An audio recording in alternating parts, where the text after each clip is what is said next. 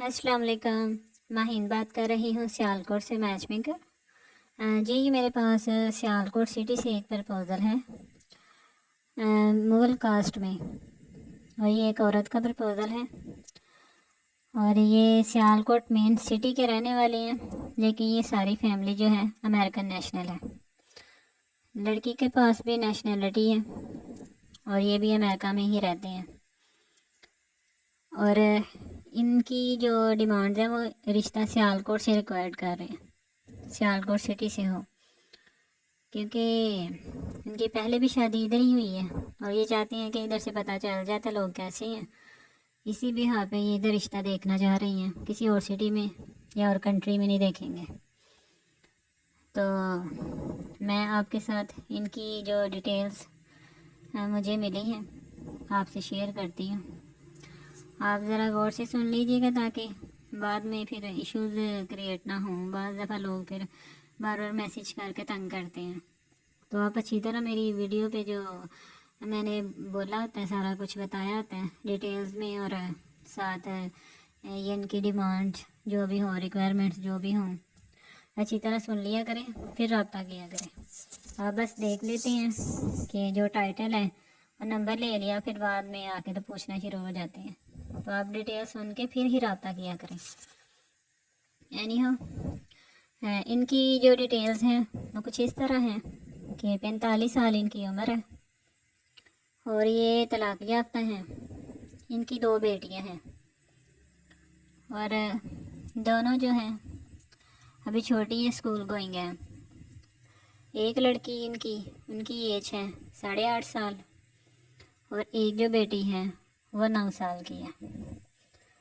اور ان کے جو ہسبینڈ ہیں وہ یہاں سے ہی شادی کر کے گئے تھے، اور وہاں جا کے نا انہوں نے ان کو چیٹ کیا، چھوڑ کے چلے گئے ہیں اور شادی کر لی ہے انہوں نے، اور ان کی طلاق ہو گئی ہے.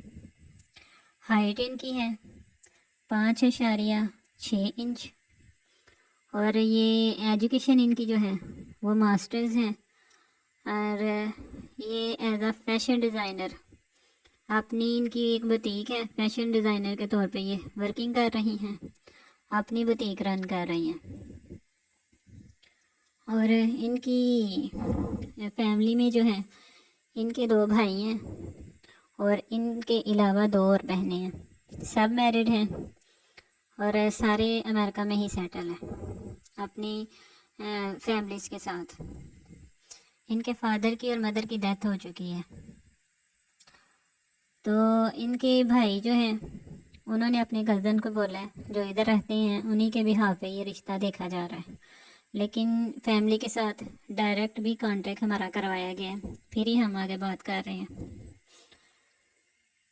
تو ان کی جو ڈیمانڈز ہیں وہ یہ ہیں کہ لڑکا ویل ایجوکیٹڈ ہو، کیونکہ آپ کو پتہ ہے جو بھی یہاں سے جائے گا ایجوکیٹڈ ہوگا تو ہی وہاں سروائیو کرے گا اور ان کے ساتھ مل کے ان کے بزنس کو آگے بڑھا سکے گا. ان کی اور کوئی ڈیمانڈ نہیں ہے، یہ ویزا بھی دیں گے، جسٹ ٹکٹ کا خود کرنا ہے، اور ایجوکیٹڈ ہو لڑکا، ویل ایجوکیٹڈ ہو. اگر کوئی فیشن سے ریلیٹ کسی کے پاس کوئی ڈگری ہو وہ زیادہ بہتر ہے، ادروائز ویل ایجوکیٹڈ ہونا ضروری ہے. اور